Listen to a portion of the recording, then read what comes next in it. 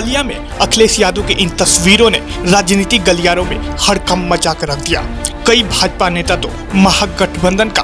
तोड़ ढूंढने में लग चुके हैं कि आखिर किस तरह 2024 के चुनाव में महागठबंधन को हराया जाए। वैसे पहले तो चर्चा शुरू हुई थी कि बलिया की तीनों लोकसभा सीटों पर समाजवादी पार्टी का कब्जा होगा, लेकिन जेडीयू नेता अवलेश कुमार सिंह और अखिलेश यादव के मुलायम सिंह की पुण्यतिथि पर जो तस्वीरें साझा की गई ऑफिशियली, उस तस्वीरों ने राजनीतिक गलियारों में हड़कंप मचा दिया और इस बार बलिया की तीनों लोकसभा सीटों पर दावा चलने लगा कि इस बार जेडीयू का कब्जा हो सकता है, जिसका बचा खुचा कसर समाजवादी पार्टी के कार्यालय पर लोहिया की पुण्यतिथि के दिन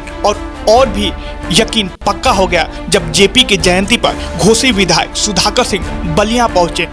और साथ साथ बलिया की तमाम जगहों पर घूमे। राजनीतिक विशेषज्ञों की माने तो पहले ही दावा किया जा रहा था कि सलेमपुर लोकसभा सीट से जेडीयू के प्रदेश उपाध्यक्ष यानी कि अवलेश कुमार सिंह चुनाव लड़ सकते हैं, लेकिन इसको लेकर कोई आधिकारिक पुष्टि नहीं हुई थी। हालांकि अवलेश कुमार सिंह ने अपने कई बयानों में बताया कि सलेमपुर से अगर पार्टी उन्हें मौका देती है तो वो चुनाव लड़ सकते हैं, लेकिन अब उसके बाद बची दो सीटें यानी कि बलिया और घोसी की सीट, इस सीटों पर समाजवादी पार्टी का दबदबा रहा है, लेकिन महागठबंधन का भी इन सीटों पे पिछले साल के अगर लोकसभा चुनाव को देखें तो पार्टी इन सीटों पर पूरी तरह से महागठबंधन के साथ रही। अभी यह अटकलें चल ही रही थी, तब तक बलिया की राजनीति में एक और नाम समाजवादी पार्टी से जुड़ गया, जो कि दावा किया जा रहा है कि पूर्व मंत्री पूर्व विधायक अंबिका चौधरी भी बलिया लोकसभा से चुनाव लड़ सकते हैं। हालांकि आपको बताते चले कि बलिया लोकसभा सीट से अब तक